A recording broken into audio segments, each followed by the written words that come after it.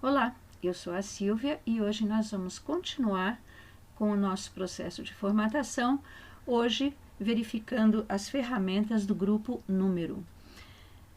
Bom, vamos selecionar toda essa faixa de dados aqui que corresponde ao valor unitário de cada produto aí que foi efetuada a compra.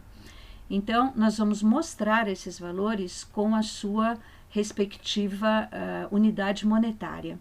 Então, aqui selecionamos todas as células e nessa ferramenta aqui, formato de número de contabilização, nós vamos clicar na setinha e escolher então a moeda do Brasil, que é o real. Veja, o valor agora está sendo mostrado com o símbolo da sua moeda, mas na verdade o valor que está armazenado na célula é exatamente aquilo que nós digitamos. Então, existe uma diferença entre formato e conteúdo. Formato é como o valor está sendo mostrado na célula, e conteúdo é exatamente o valor que está armazenado na célula. Por que eu estou falando isso? Porque na hora que a gente for fazer um cálculo, alguma coisa com esse valor, o que vai ser considerado é o que está armazenado na célula, e não exatamente aquilo que está sendo mostrado. Às vezes a gente tem um número com 50 casas decimais armazenado aqui, mas a gente está mostrando esse número só com 2 casas decimais. Então, o que vai ser considerado para o cálculo é o número com todas as suas casas decimais. Bom, aqui nós temos várias opções de moeda, né? Tem o cifrão, tem o real, nós temos o símbolo do dólar, o símbolo do euro e mais formatos de contabilização. Se vocês entrarem aí, vocês vão ver que vocês têm formatos para todos os tipos de moedas do mundo inteiro aqui. E é só a gente escolher e formatar a nossa planilha de acordo com aquilo que for necessário naquele momento. Um outro formato que nós temos nesse grupo número é o formato de estilo de porcentagem. Esse formato vai permitir que a gente mostre um determinado valor com o sinal de porcentagem do lado. Por exemplo, aqui eu coloquei um percentual que nós vamos usar posteriormente para calcular o valor dessa compra com um aumento que nós vamos considerar.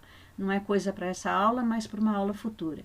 Então, aqui eu coloquei 0,1, mas eu quero que esse valor seja mostrado como porcentagem. Então, eu seleciono a célula e clico aqui e vai aparecer, então, 10%.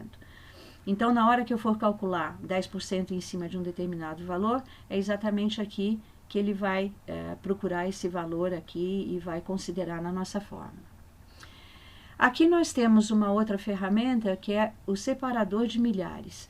Então, se eu selecionar essa faixa de dados, ele vai colocar os nossos valores, com 2 casas decimais e com um separador de milhares. Aqui não deu muito para perceber porque nós temos valores pequenos, mas só para ilustrar, eu vou digitar aqui um valor 12.360, por exemplo, e vou formatar esse valor aqui com um separador de milhares. Então, o que ele fez? Ele colocou o separador de milhar, aqui o ponto, e a vírgula para separar as casas decimais. Dependendo da configuração do nosso Windows, esse separador de milhar pode se tornar vírgula e o separador de casas decimais o ponto.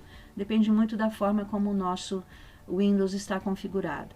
Aqui no Brasil, nós usamos exatamente dessa forma. O ponto para separador de milhar e a vírgula para separar as casas decimais.